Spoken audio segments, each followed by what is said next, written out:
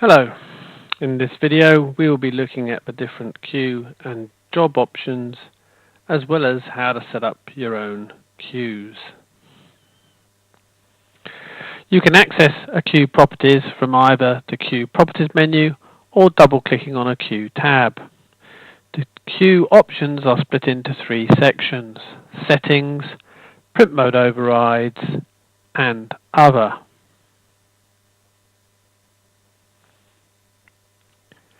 In the settings, the hot folder tab allows you to set up a hot folder for your queue. A hot folder is a location where any valid jobs that are copied to this location will automatically get added to your queue for printing. Hot folders are a useful way of getting jobs from Apple Mac computers or an internet server. You can also have an option for creating hot folders for templates. This creates a hot folder for each template for this queue. And when a job is added to that particular template folder, it's added to the queue using that template. The queue will automatically create a folder for each of your templates in the location you select.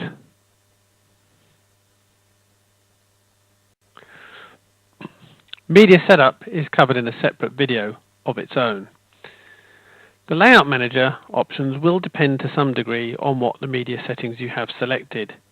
In the Layout Manager, you can set various layout and printing options. For example, pause between copies allows you to display a dialog between each printed copy in order to give you time to load a new shirt. You can also choose if unused white space on your page is sent to your printer or not. This can be very device specific, and the wrong options can cause printer errors, so it's normally best left with the settings we have provided. You can also choose how you want jobs to be processed. In most cases with t-shirts, printing is left on hold, so each shirt can be manually loaded and printed.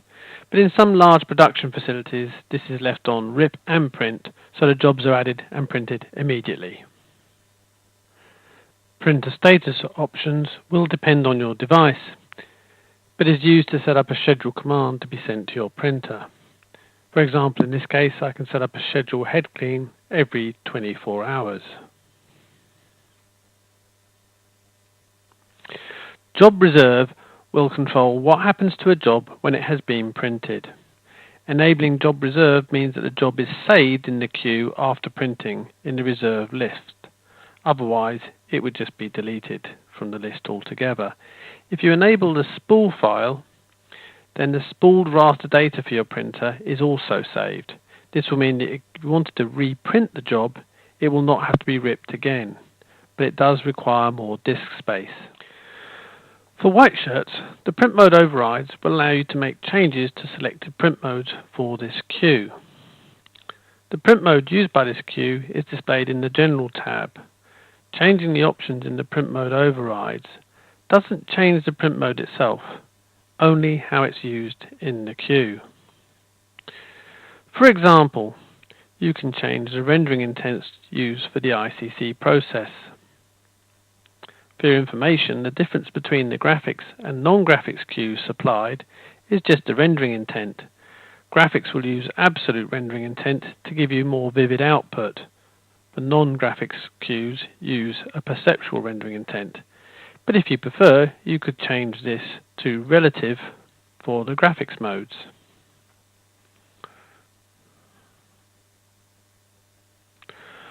For black and coloured shirts, both the print mode in the General tab will be blank, and there will be no options in the print mode overrides for printer options and ICC. This is because whenever you are printing with an Underbase or doing multiple passes, layer profiles are used instead. Layer profiles allows you to set up multiple passes, and each pass can have its own print mode. In this example, we have two layers, an Underbase layer for the first pass and a color layer for a second pass. Using add, remove and rename buttons, you can create new layers, delete layers and change the name of layers. The layer name is what's used to display the options for each pass in the smart bar of the main window. You can select different print modes for each layer by clicking on the three dots icon.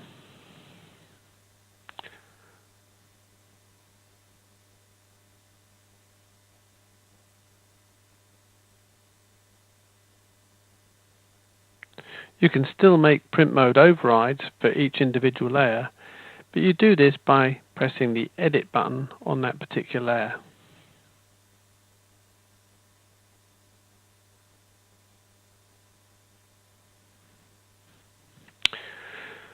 You can select what channels are printed with each layer by enabling or disabling the color checkbox. You can also choose to flood the whole bounding box with a color if you wish, using the flood checkbox. Clicking on the Show Bitmap Processing options will extend the window to display the options for creating an underbase. When creating an underbase for a layer, the underbase strength controls how much white you put down under the black and dark areas. 19 would put no white under solid black. Strong would put the same amount of white under black as a bright color. The values in between put down different percentages of black. As this is a black t-shirt queue and we don't print black, it's set to for 19, but on a color queue it would normally be higher. The maximum ink percentage is the maximum amount of white to use. If you were finding that too much white was being printed and the white ink was pooling, you could lower this value. The choke is the amount you want to reduce the white ink area to stop it bleeding or peeking out at the edges. You can typically use a higher value for black shirts than coloured shirts. We set 5 for black shirts and 2 or 3 for coloured shirts. The NotMe Blackout performs an automatic black removal from an image when spooling the data. This way, when printing onto a black shirt, you don't need to remove the black background first. It performs this in exactly the same way as the NotMe Blackout plugin. In the color pass, you can see we've selected to generate a highlight white.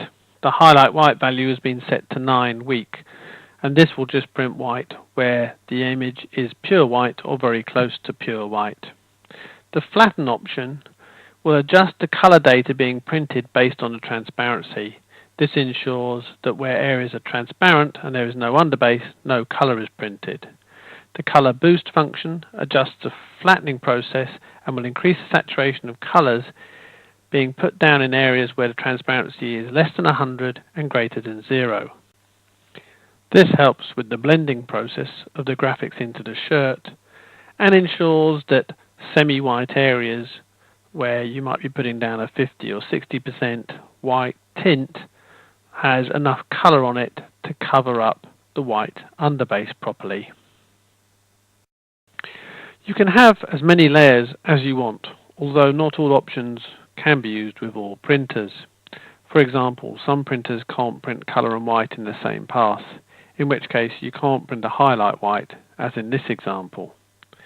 Some printers you can print the white first and color second in the same pass, in which case you would only need one layer. So the layer configuration will depend upon your printer. Note, when doing colored shirts, you can set your shirt color in the Settings General tab. A layer button is available in the Smart Bar area as a shortcut to take you to the queue layer options directly. When you import a job into the queue, it inherits all the settings of the queue at that time. You can use the layer button in the Smart Bar with a job selected to take you to the layer settings for that job. Making changes will only affect that job and not the queue or any other jobs. Likewise, changing the queue settings after a job has been imported will not affect existing jobs.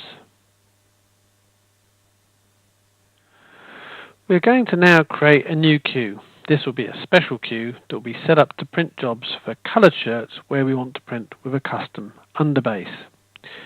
I'm going to create my job with a custom underbase in Photoshop. And the reason for my custom underbase is that using just transparency, I couldn't print this exactly the way I want to. And the only way is to use a custom underbase workflow. In my example image, you can see I have an RGB image with no transparency. I want to print the cup with letters and text onto a red shirt, and the rest of the background as a shirt colour. But I want to reproduce the shadow from the cup on the shirt without using any underbase, so it can't be using transparency. To do this, I've created an extra channel. It doesn't matter what the channel is called, so long as it's a spot channel. You can see this defines the white only for the cup and the text, and not for the shadow. Custom underbase jobs such as this are only supported when saved as a TIFF and don't work using the Send To plugins.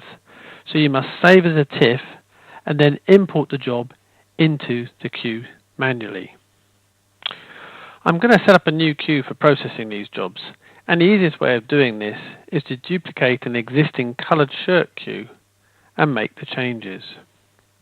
Go to Manage Queues, select the queue you want to duplicate, and then click the duplicate icon.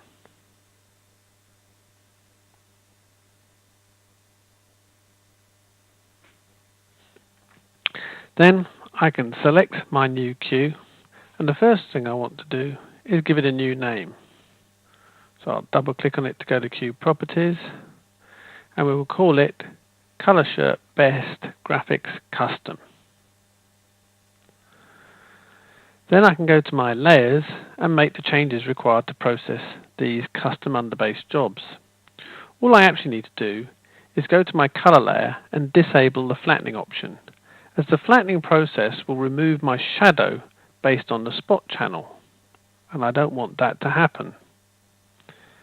Now I can import my job, and we can see that it will print exactly as I've designed it for, with my shadow printing without any underbase. The queues make printing jobs with different processes easy. Once you have them set up the way you want them, you can just print without worrying about the settings for each job. You might set up queues for different underbase settings. Some shirts need more white inks than others. Or you maybe want to set up queues for different printers.